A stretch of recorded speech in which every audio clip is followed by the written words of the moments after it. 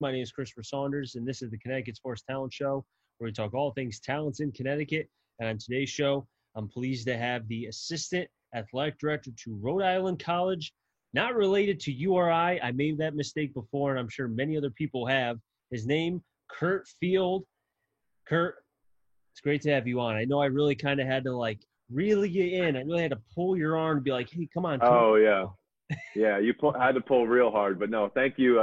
Thank you very much for having me on. I appreciate it.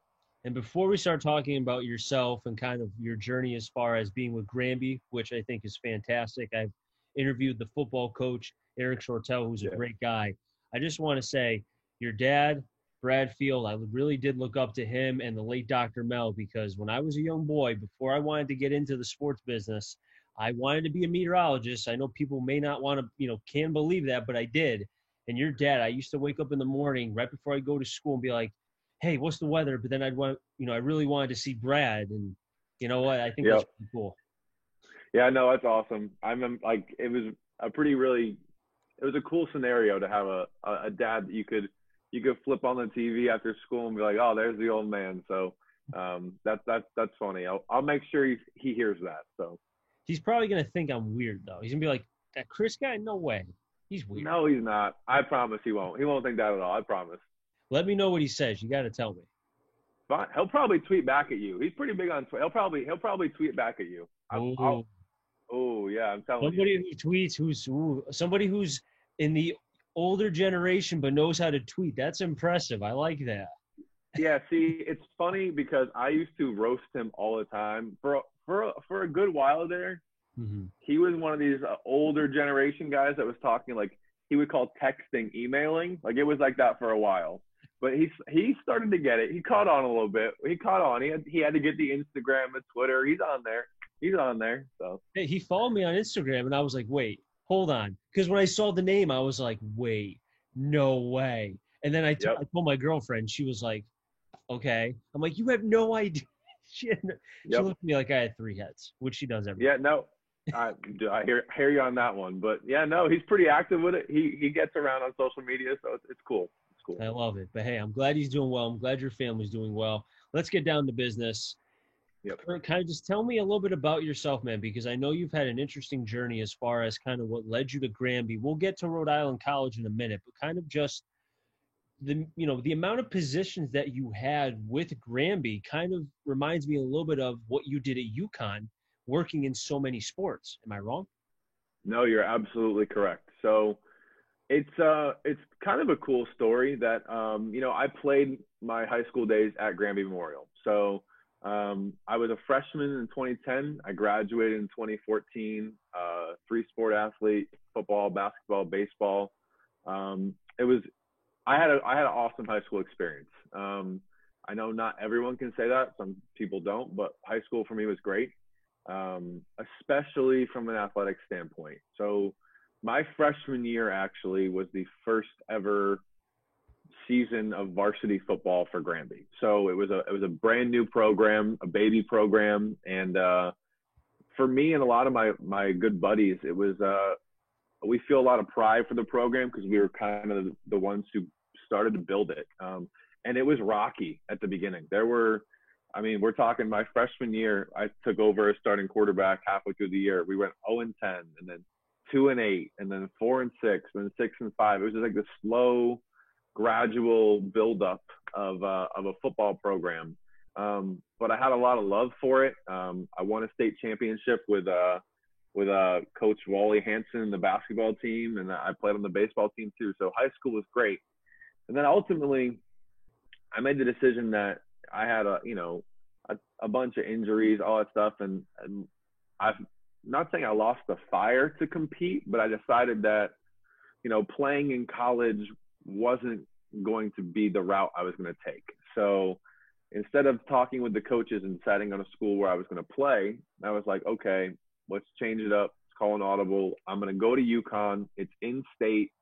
It's somewhere where I can be around a fantastic sports program. And, that's what I had decided. And my old football coach at the time, shot me a message and was like, hey, I don't want to see you just give up on sports. And I was like, well, I'm not giving up on sports. I'm still going to be a sports fan. But he was like, I want you to come back in some capacity and help me out. And I'm talking like we started, like I wasn't doing anything of importance. I was like on huddle taking stats during a game.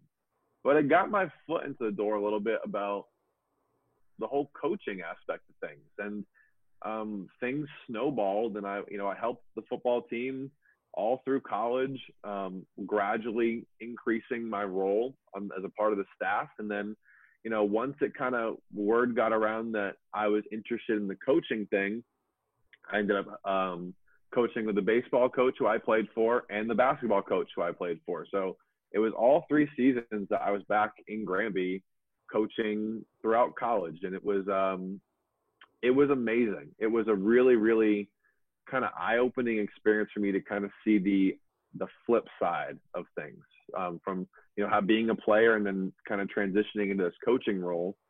It was cool to see both perspectives. Was there a point before you started coaching again where, not to say that you lost the fire, but a lot of times, I mean, you hear about coaches who kind of just need a reboot, who just need a year off, except for Cowher, the former Steelers coach, who everybody wants him to coach, but he's like, no, I'm good. I like doing the TV thing.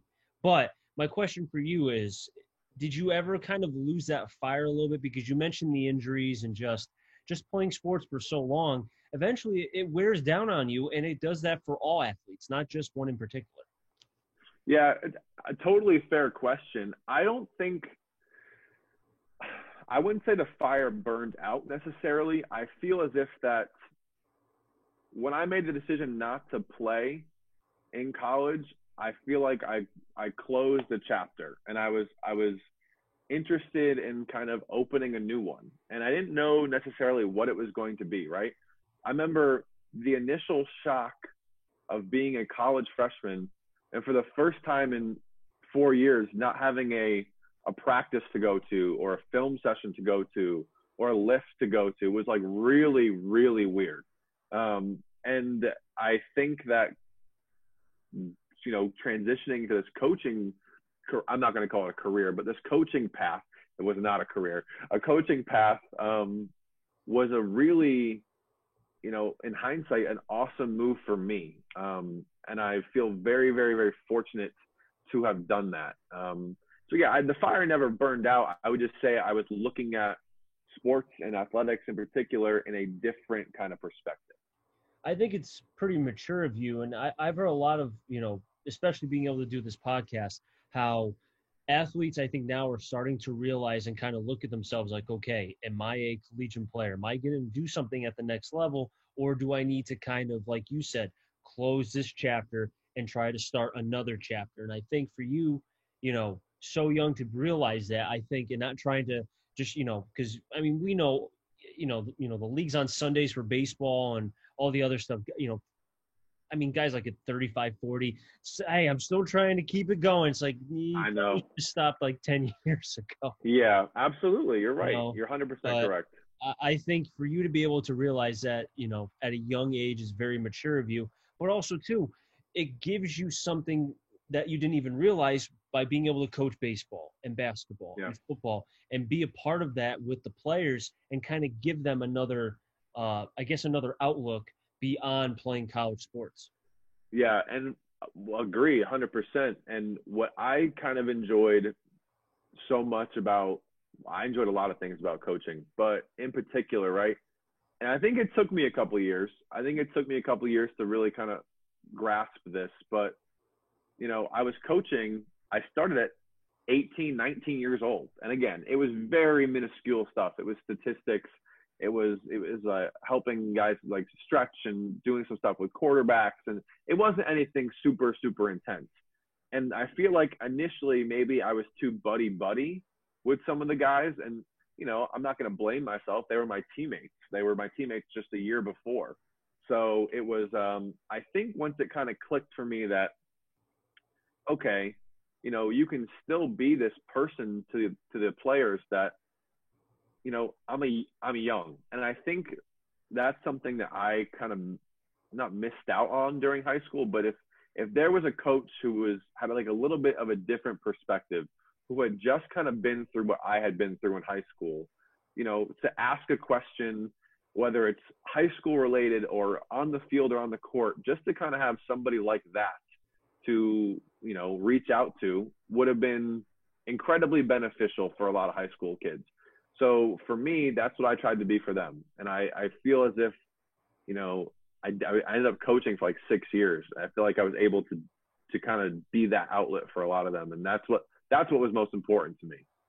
How was it coaching alongside Eric Shortell, who is the head coach of the football program? And I've had him on, and he and I are like buddy. I mean, I text him almost every day. We talk about the triple option. He's a great guy. He's very easy to talk to, and I could see why the team responds to him and why they've had so much success since he's been there, even prior, before he got there, but he's been able to kind of continue that.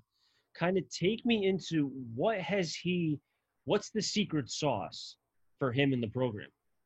So Coach Shortell, I believe, we kind of came into the whole coaching thing together, actually. So he ended up being the offensive coordinator the year after I graduated. So, the offense was completely getting an overhaul. This was back in the fall of 2014. When I was there, we were a spread team. We threw the ball a lot. And with what they had personnel-wise going forward, it wasn't going to work like that. They didn't have this, pro-style quarterback. They had a bunch of fast dudes and a good line. So they were like, all right, let's do triple option. So they Coach Goodori was before Coach Shortell, brought in Eric. And, as a triple option guy, Eric kind of really instilled that package into like the identity of the Granby team. So when Coach Goodori ends up, stepping away from football a couple of years later, Coach Shortell was handed the team. And I would say that, obviously I think Eric was a great choice to, lead the Granby program. And he was given a tough situation to walk into in his first year as a head coach. Granby had just come off a 10-0 season, first playoff appearance. They graduated, no joke, 21 out of 22 starters. And Eric's like, here you go, Eric. Like, here it is. So that's a tough situation for a first-year head coach to walk into. And, they went 2-8 Eric's first year, but you could tell he was kind of building this culture. And it's the same thing I mentioned when I was talking about when I played. It was like a slow build. They went 2-8 and then 4-6 and then I think 6-4. And then last year we made the playoffs at 8-2. So Eric has done a very, very good job instilling a culture and a brotherhood. And, I think what Eric has done a really good job at too is he's brought in a lot of good assistant coaches. And I feel like if you can delegate stuff as a head coach and you can start to oversee and look at big picture stuff, it's going to really help your program in the long run. And I think Eric's done a very, very good job of that. I've always believed that the quiet coaches are the most dangerous because he doesn't strike me as a guy who is, and I don't mean that in a bad way. So if you're watching this, Coach Shortell, later on when I post this, I don't mean it in a bad way. What I'm trying to say is quiet coaches are dangerous because look, Bill Belichick doesn't say a word, and he's probably the best coach in the NFL, that at least in my lifetime. He doesn't say more than 2 words beyond we're on to Buffalo next week or we're playing Cincinnati. Yeah. But what I'm trying to say is he's always thinking 2 steps ahead. And especially being a triple option guy, you have to think 2 steps ahead because the way the option is, because of all the moving parts. And I think because of that and being able to kind of, like you said, and I'm glad that you mentioned that because I didn't know that, being able to allow yourself and allow himself to just oversee and not have to stress about the offense, the defense, the special teams, the quarterbacks, the linebackers, all that. I think that's really key for the program to be able to take those steps. Yeah, I agree 100%. And Coach Shortell, you're right. Quiet guy on the surface for sure, but he can get after it a little bit if he wants to. He that voice comes out sometimes, but you're right. He's a leader. He's a leader, right? And I was fortunate enough to take over the offense through the end of last season and stuff. And Eric is very, very good about giving his coordinators and his staff the freedom to kind of do what they want. I don't mean that like in a bad way. I mean, there were plenty of times last year I'd call a pass play and Eric's like on the headset, hey, like reel it back in, like come back to reality. I'm like, all right. But he's he lets his coaching staff kind of, do what they're capable of, and he gives us that freedom. But he also, in the same breath, is just such a good leader that it kind of trickles down through the whole coaching staff and into his captains, and the captains lead from there. And that's just kind of going back to your other question, what he's kind of instilled in the Granby program. And again, look at last year, he was faced with a co-op. Like, that was something that Granby and Canton, we did not like each other. Like, that was a rivalry. That was the Thanksgiving Day game. I didn't know how that was going to go. And Eric, the leadership he showed in a situation where you're taking two rival towns, putting them together and forming a football team, he created a brotherhood that I don't think a lot of people necessarily thought was going to flourish. And he leads you to a playoff berth in your first ever season as a co-op. So, I mean, that's a lot of kudos to him. He handled it like a professional. So, there's so much talent in Connecticut, and I think a lot of people overlook the Pequot. That's why I've tried to get so many coaches and players on, because I've always felt, since I started broadcasting in the NVL and being able to learn about just different teams, is that the Pequot, because it's, the distance between the teams have to travel, and because they're so far away, the paper maybe doesn't cover them as much, or people like in, for example, the NVL or the SCC or the SWC, so on and so forth, they're not getting the, respect I think that the Pequot deserves. So I think because of what Shortell has done and being able to just other coaches like yourself branching out and showing like, hey, the Pequot has talent, just pay attention a little bit. Because I'm so glad you said that, because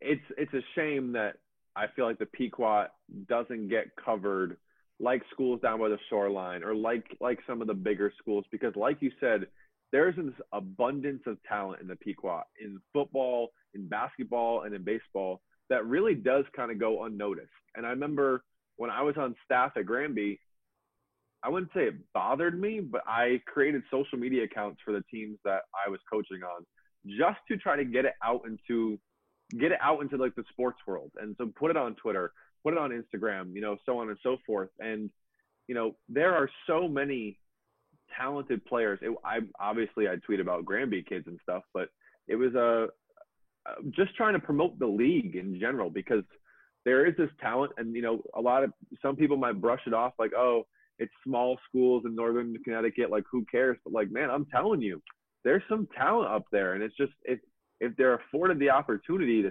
people can see it, I really do feel like it'd be more recognized than it is. I mean, look at the two players that Shortell told me about when I interviewed him.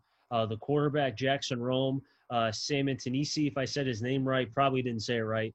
The running back. It's a hard last name. It is. Again, if he's watching this, I apologize. But those two, and I know there's so many other players on the team, and I'm sorry I didn't say the names, but that entire team was so talented. And I asked Shortell, I was like, with that much talent, did you ever, and I'm going to ask you this as well, like, did you ever kind of look back and go, like, pinch me, there's so much talent. Oh my God.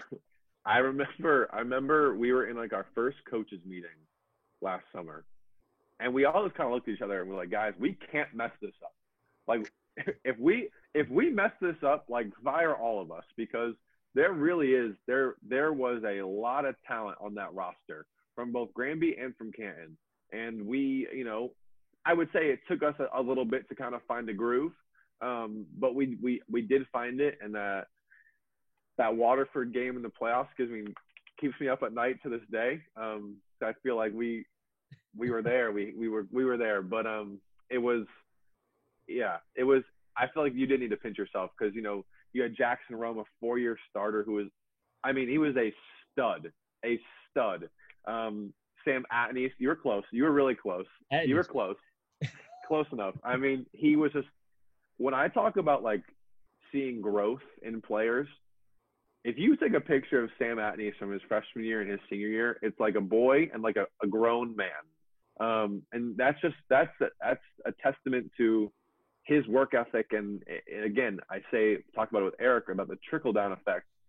When you're a young player in a program like that, and you see these seniors and these leaders invest so much of themselves into working out and conditioning and weightlifting and film study, it kind of pushes you to want to be like that. So, there were times where we were like, we're lucky. Sometimes it was almost a thing where offensively last year, I was calling plays.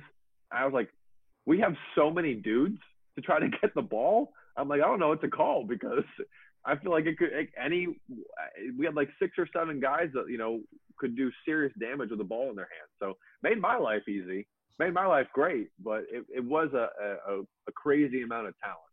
And we go from one respectful coach to another. On the boys' side, the basketball head coach, I've heard a lot about him I was talking to a coach from the Canton head coach for the basketball team. Who, again, Coach Archambault. Yep.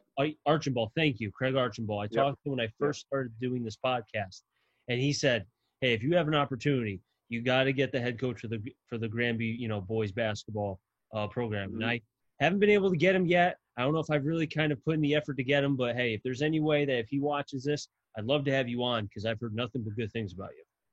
Don't you worry. I'll get you his number. I got you. He's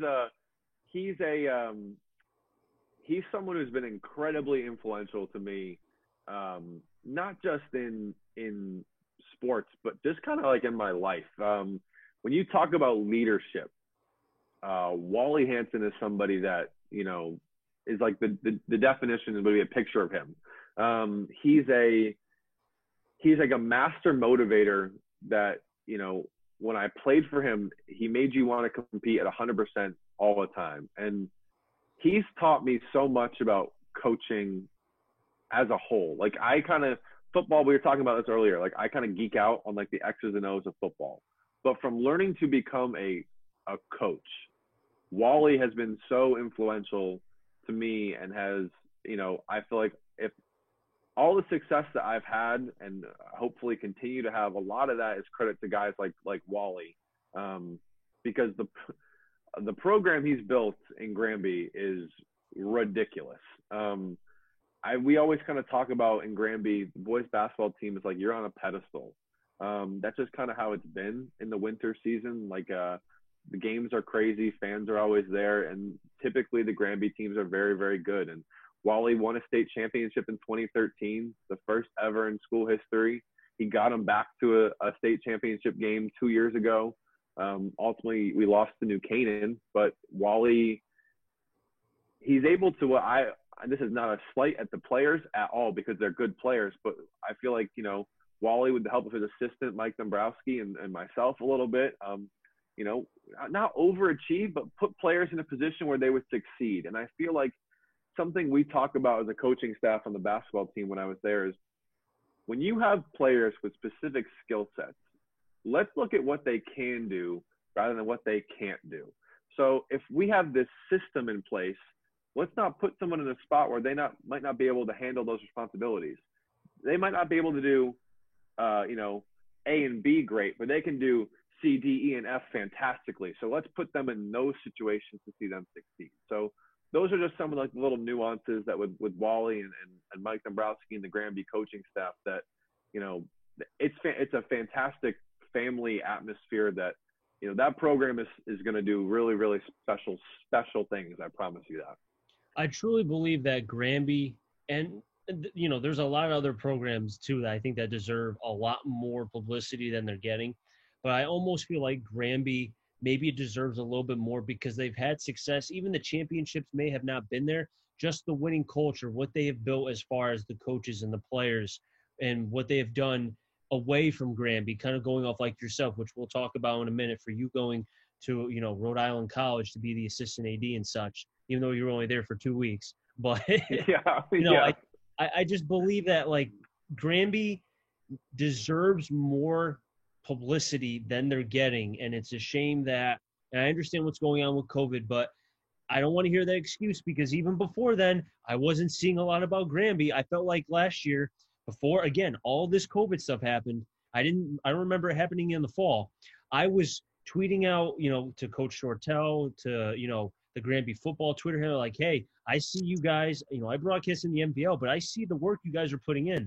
There needs to be more of that. You guys, you deserve that. And I think the program deserved it and the school deserves it.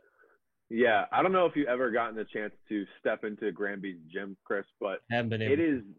It's a pretty surreal experience. It's like this kind of dark wooden gym, but you look up and there are banners, maroon and gold banners everywhere you look. There is a really rich history in Granby athletics. I mean, the soccer teams dominated for decades. The field hockey team has like 12 All-Americans. They win championships. Like just last fall, the field hockey team and the girls soccer team won state championships. Like it's a school where, there's a lot of diversity in the fact that, a lot of kids do so many extracurricular activities, but athletics in particular has always kind of been like the golden standard of the NCCC and the Pequot. And I felt unbelievably fortunate to play for Granby Memorial, and I felt even more fortunate to coach for them because it is a school that athletics are, a precedent there. So. Well, I have you for a couple more minutes. I really do appreciate you coming on. It's been great to be able to talk about Granby High School, just the programs that you've been, baseball, football, basketball. It's great to hear the stories because, having this podcast and with what we're dealing with, we need kind of that escape. And I think, again, to get Granby out even more, I think helps not just the program, helps the school. It shows that, hey, somebody who was on the staff, who was helping the young men of all the programs I just mentioned, he's doing great things. And now he's at Rhode Island College as the assistant athletic director. Yeah, it's been a cool journey for me. It's been a really cool journey for me. I worked at UConn, and while I was there, I studied journalism and communications, and I was like, okay, maybe this is my path. Ultimately, I decided like that really wasn't going to be for me. I wanted to get more directly into the sports, into the athletic field. So while I was working at UConn the year after graduation, I got my master's in sports management and athletic administration. I didn't know where exactly it was going to take me, whether, I've kind of dreamt about being an athletic director or like a director of football operations somewhere, or coaching, because coaching is something that I've taken to so much. And this is like not a knock on me as a player when I played, but I feel like I'm more passionate about sports now as a coach than I was when I played. And I feel like, getting my master's in sports management has kind of put me on this path where I feel like there are a lot of opportunities available for me going forward.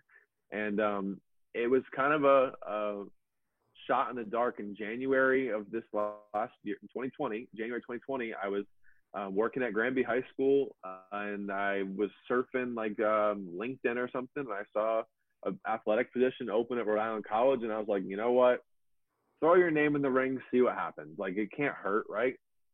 So I didn't hear anything for like 3 weeks. I completely forgot about it, and I got a call from the 401 area code. I was like, what is this? I declined it, went to voicemail, and then I was like, oh, crap, that was for an interview.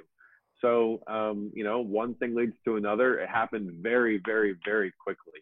I had like 2 or 3 interviews, and then they were like, when can you start? And like in a week, I kind of packed up my life in Granby and moved to Rhode Island. And I felt very, very, very fortunate because it was a step professionally for me that I kind of talk about opening those doors. I feel like this position can really, really, really help me, not only in the immediate future, but also in like, kind of like the distant future too, because I'm just the experience learning from, so many different people.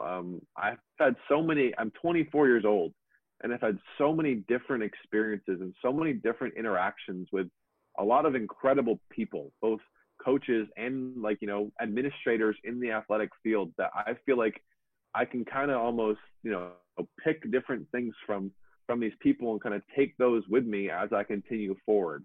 And I just feel very, very fortunate to be in the spot that I am now. Like you mentioned, it was a little bit wacky starting this job. And then 2 weeks later, we're in the middle of a global pandemic.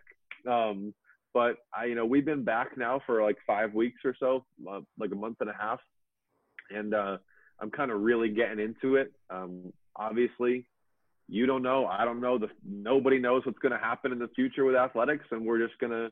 There's no playbook for it. I say all the time, there's no playbook for this, so we're just going to kind of roll with the punches, and there will be athletics might not look the same as it did last year, but at Rhode Island College and everywhere else, everyone's going to give it their best shot. So, I may not be able to predict about what's going to happen in the future with this virus, although I hope that, there's a vaccine at some point. But I can predict, though, that I think your future is bright as far as being an athletic director. Right now, you're an assistant. I think one day you will have the athletic director tag on you. It may not. Who knows where it could end up happening? I mean, you think about, I mean, I go to the college side for football. I mean, Urban Meyer didn't start out at Florida or Ohio State. Nick Saban didn't start out at Alabama. I mean, you could just talk about all the coaches who started out at a non-Power 5 school. I mean, you know what I mean? So I think it's great to see, like yourself, kind of go to a school, and I'm not disrespecting Rhode Island College by any means, but I think being able to have someone who's young, who has, a different mindset, who kind of sees things differently, a new generation almost in a sense, can kind of bring some new energy and some new ideas to make the school better. And then if and when you end up deciding to leave to go somewhere to better yourself even more, you leave the school and the athletic department better than what it was when you first arrived. Yeah, I think that's so spot on. Something that was pretty unique about Rhode Island College is if you look at like the senior staff, the administrators, right?